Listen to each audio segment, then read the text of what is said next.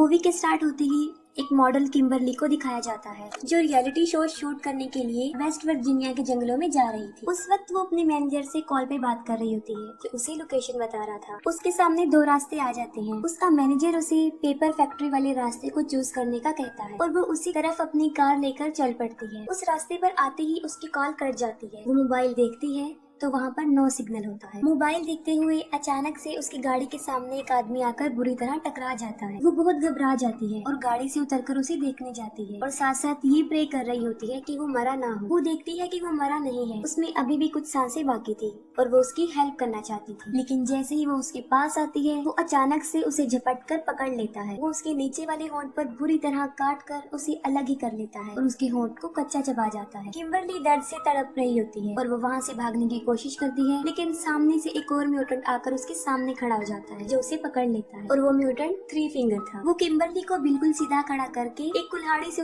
उसके दो टुकड़े कर देता है। वो दोनों उसकी बॉडी का एक एक पार्ट पकड़ के वहाँ से चले जाते हैं और ये सीन काफी डिस्टर्बिंग है। इसके बाद हमें रिटायर्ड कर्नल जिसका नाम डेल मर्फी होता है उसे दिखाया जाता है और वो ही वेस्ट वर्जीनिया के जंगलों में रियलिटी शो का होस्ट कर रहा है। उनके शो का नाम अपोकलिप्स होता है। इस शो में टोटल 6 पार्टिसिपेंट जिनमें किम्बरली जो वहाँ पर पहुँच नहीं सकी क्योंकि वो रास्ते में ही म्यूटेंट्स का शिकार बन चुकी थी। शो को माइकल नाम का एक लड़का डील कर रहा था और वही शो का डायरेक्टर था। वो सब शूटिंग के लिए रेडी हो जाते हैं लेकिन किम्बरली वहाँ पर मौजूद नहीं थी। इस पर माइकल डिसाइड करता है कि वो उसके बगैर ही अपने शूट को स्टार्ट करेंगे और वो शो की सेकंड प्रोड्यूसर मारा को कहता है कि 6 कंटेस्टेंट बन जाए और वो इस बात के लिए एग्री हो जाती है। वो पूरे जंगल में कैमरास फिट कर देते हैं ताकि सारे पार्टिसिपेंट्स पर नजर रख सके और साथ साथ वो पार्टिसिपेंट के ऊपर भी एक कैमरा लगा देते हैं। फिर वो शूटिंग स्टार्ट कर देते हैं। डेल उन लोगों को एक अजीबोगरीब टास्क दे देता है कि उन्हें जाकर जंगल में खाना ढूंढना है। उन 6 के 6 पार्टिसिपेंट्स को वो एक एक टीम में डिवाइड करते हैं। उन्हें सारे रूल्स बता दिए जाते हैं और इसके बाद उनका शो स्टार्ट हो जाता है। आरवी में उन लोगों ने जो कैमरा लगाया था उसके फुटेज में हम नील को देखते हैं जो उस वक्त टॉयलेट कर रहा होता है। तभी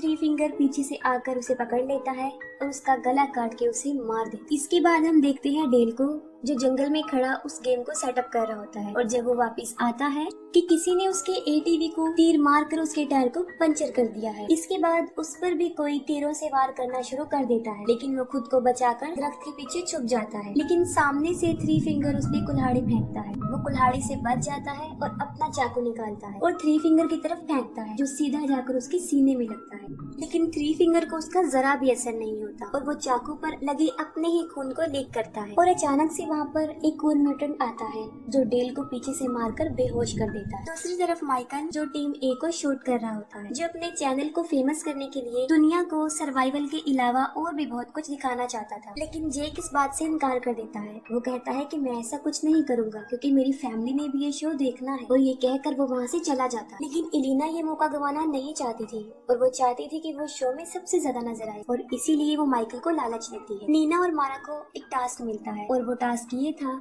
कि उन्हें रिवर के पास जाकर अपना वो टास्क कंप्लीट करना था। वो तेजी से भागकर रिवर के पास आ जाती है और मारा उस टास्क को पूरा करने के लिए आगे बढ़ती है और देखते ही देखते वो टास्क को कंप्लीट कर लेती है। लेकिन साथ में वो माइकल और एलिना को भी देख लेती है जिससे वो काफी डिसहार्ट होती है क्योंकि ये सब कुछ वो माइकल के लिए ही कर रही होती है। वो काफी दुखी हो जाती है जिस पर नीना उसे बहुत समझाती है। एम्बर और जॉन्सी को जंगल में एक बारबेक्यू नजर आता है और वो समझते हैं कि शायद यही उनका टास्क है और वो कपड़े की मदद से उसे वहाँ से उठाकर ले जाते हैं। मारा उस जगह को छोड़ना चाहती थी और वो चलते चलते घर के सामने आ जाती है। वो घर के अंदर घुस जाती है ताकि वहाँ से वो फोन ढूंढ सके। उस घर में उन्हें डी फार्म लोगों की पिक्चर भी नजर आती है जिसमें टोटल 4 लोग होते हैं। 4 लोग पापा, माँ, ब्रदर और सिस्टर जो कि बहुत खतरनाक म्यूटेंट थे। अभी वो पिक्चर्स देख ही रही होती है कि वहाँ पर कोई चिल्लाते हुए अंदर आ जाता है और वो दोनों छुपकर देखने लगती है और वहाँ पर माँ और सिस्टर होते हैं। माँ को डिलीवरी पेन हो रहा था। सिस्टर उसे टेबल पर लिटा देती है और वहीं पर वो एक बच्चे को पैदा कर। वो बच्चा बहुत ही ज्यादा खौफनाक था। नीना और मारा उस बच्चे को देख रही होती हैं। तभी सिस्टर की नजर उन पर पड़ जाती है। वो उन पर झपटने लगती है। तभी वो दोनों दरवाजा बंद कर देती है और एक बेड के सहारे से उस दरवाजे को मजबूती से बंद कर देती है। लेकिन बाहर से सिस्टर उस दरवाजे को तोड़ रही होती है और सारी विंडोज भी मजबूती से बंद होती है। वो काफी घबरा जाती है क्योंकि बचने का उनके पास कोई रास्ता नहीं होता। उन्हें कुछ समझ नहीं आ रहा होता कि अब क्या करें। तब मजबूरन उन्हें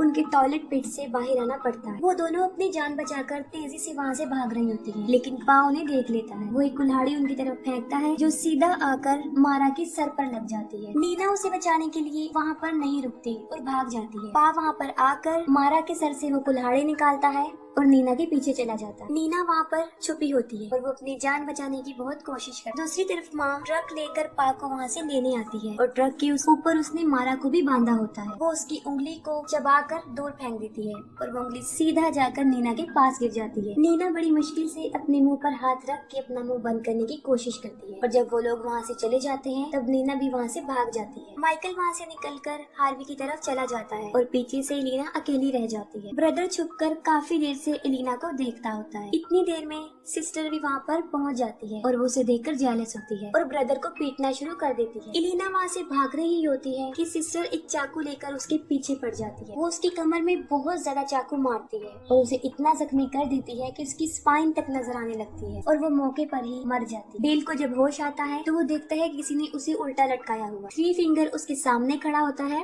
जो नील को काट कर डिनर की तैयारी कर रहा होता है। तभी पा और माँ वहाँ पर ट्रक लेकर पहुँच जाती है और वो मारा की डेड बॉडी को वहाँ पर रखकर चले जाते हैं। थ्री फिंगर डेल को मारने ही वाला होता है, जिस पर डेल उसे जख्मी करके खुद को आजाद कर लेता है। डेल एक बहादुर सोल्जर होता है और वो बड़ी हिम्मत से थ्री फिंगर का मुकाबला करता है और लास्ट में वो थ्री फिंगर से गन छीन कर उसे ही गोली से उड़ा देता है। फिर माइकल हार्वी में आता है और वो सारे कैमरास को चेक कर रहा होता है तो अचानक से हार्वी खुद ब खुद चल पड़ती है। माइकल सोचता है कि शायद नील उसे चला रहा है, लेकिन उसे पा और माँ चला रहे होते हैं और वो माइकल को पकड़ लेते हैं और पा उसे मार मार के जख्मी कर देता है। दूसरी तरफ जेक, एम्बर और जॉन्सी जो बड़े मजे से बारबेक्यू एंजॉय कर रहे होते हैं। नीना बहुत घबराई होती है और हाँफते हुए वो उन लोगों के पास पहुंच जाती है। वो सब कुछ उन लोगों को बता देती है और कहती है कि हमें यहाँ पर अब एक मिनट भी नहीं रुकना चाहिए, हमें यहाँ से चले जाना चाहिए। जॉन्सी समझता है कि शायद ये भी शो में एक एक्टिंग का एक पार्ट है और वो एक्टिंग ही कर रही है। तब अचानक एम्बर की नजर उस बारबी के ऊपर पड़ती है जो वो खा रहे होते हैं। वो देखते हैं कि उसके ऊपर किम्बरली का टैटू बना हुआ है और वो समझ जाते हैं कि वो किम्बरली की टांग खा रहे होते हैं। ये देखकर वो वहाँ पर बिल्कुल भी नहीं स्टे करते और वहाँ से भाग जाते हैं। वो आरवी की तरफ आते हैं लेकिन वहाँ पर उन्हें कुछ भी नजर नहीं आता। तब वो डिसाइड करते हैं कि हमें अपनी जान बचाने के लिए पेपर मिल की तरफ भागना होगा। डेल को भी वो घर मिल जाता है और उस घर में उसे मेनार्ड मिलता है। मेनार्ड मूवी के फर्स्ट पार्ट में गैस स्टेशन का मालिक होता है। डेल वहाँ अपने जख्मों पर टांके लगा रहा होता है और मेनार्ड उन्हें इन म्यूटेंट्स के बारे में बताता है। वो उसे बताता है कि ये म्यूटेंट्स इन ब्रीडिंग और पेपर मिल से निकलने वाले केमिकल वेस्ट की पैदावार है। और जैसे ही उसे पता चलता है कि डेल ने थ्री फिंगर को मार दिया है, वो उस पर अटैक कर देता है और साथ में वो कहता है कि थ्री फिंगर मेरा बेटा था। डेल वहाँ पे एक पड़ा हुआ एक डायनामिट उठाता है और उसे मेनार्ड के पीछे लगा देता है, जिससे एक बहुत बड़ा ब्लास्ट होता है और मेनार्ड के टुकड़े टुकड़े हो जाते। इसके बाद डेल उन म्यूटेंट से लड़ने की तैयारी करता है और सारे इंस्ट्रूमेंट इकट्ठे कर लेता है। वो चारों उस मिल को ढूंढ रहे होते हैं। तब जंगल से उन्हें किसी के चिल्लाने की आवाज आती है और वो ब्रदर और सिस्टर होते हैं और जब वो दोनों उन्हें देखते हैं तो वो उनके पीछे पड़ जाते हैं। नीना यहाँ पर भी खुदगर्जी का मुजाहिरा करती है और वो वहाँ से तीनों को छोड़कर भाग जाती है। वो तीनों उनका मुकाबला करते हैं, उनसे लड़कर उन्हें मारते भी हैं और वहाँ से भाग जाती है। नीना भागते भागते एक गड्ढे में गिर जाती है और वो बाहर आने की बहुत कोशिश करती है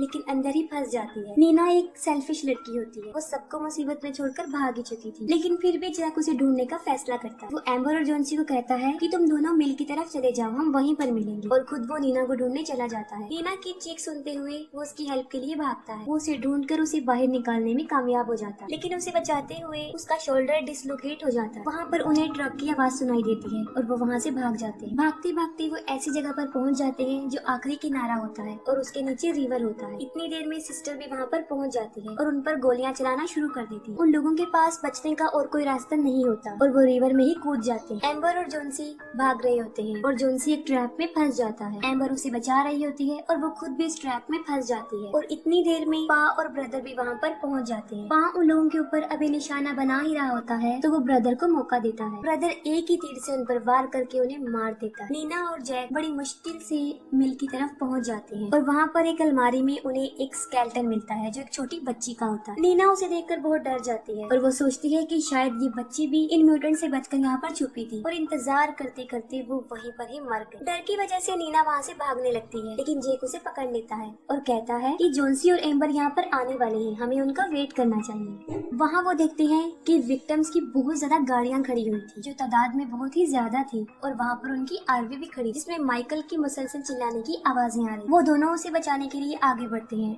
जब जेक अंदर जाता है तब वो देखता है कि माइकल लाइव आ रहा है और माँ उसे बड़ी बेरहमी से मार देती है, जिस पर जेक समझ जाता है कि ये उनके लिए बिछाया गया एक ट्रैप है। लेकिन अब वक्त गुजर चुका था और वो दोनों उन दोनों को भी पकड़ लेते हैं। नीना जब होश में आती है तब वो देखती है कि किसी ने उसे डाइनिंग टेबल के सामने बांधा हुआ है और जेक को भी सामने लटकाया हुआ है। तब उस फैमिली का डिनर का टाइम होता है और डिनर करने से पहले वो सब प्रे करते हैं। ब्रदर जबरदस्ती नीना के मुंह में खाना डालता है और यहाँ पर हमें पता चलता है कि वो फैक्ट्री ही असल में उनका घर था। माँ एक ग्राइंडर में बचे हुए बॉडी के वेस्ट पार्ट फेंक देती है और वहीं पर डेल उसे छुपकर देख रहा होता है। डेल बाहर आ जाता है और उसकी मूवमेंट से आवाज पैदा हो जाती है, जिससे उन सबको पता चल जाता है। आवाज सुनते ही वो उसे ढूंढना शुरू कर देते हैं। डेल ब्रदर और सिस्टर को अपने ट्रैप में फंसाता है और उन दोनों को भी डायनामिट से उड़ा देता है। अंदर नीना खुद को आजाद करने की कोशिश करती है और इतनी देर में डेल वहाँ पर पहुँच जाता है और वो उसे आजाद कर देता है। उसके बाद वो जेक को भी खोल देता है। तभी पा और माँ भी वहाँ पर आ जाते हैं और अपने बच्चों को टुकड़े टुकड़े हुआ देखकर वो दोनों पागल हो जाते हैं।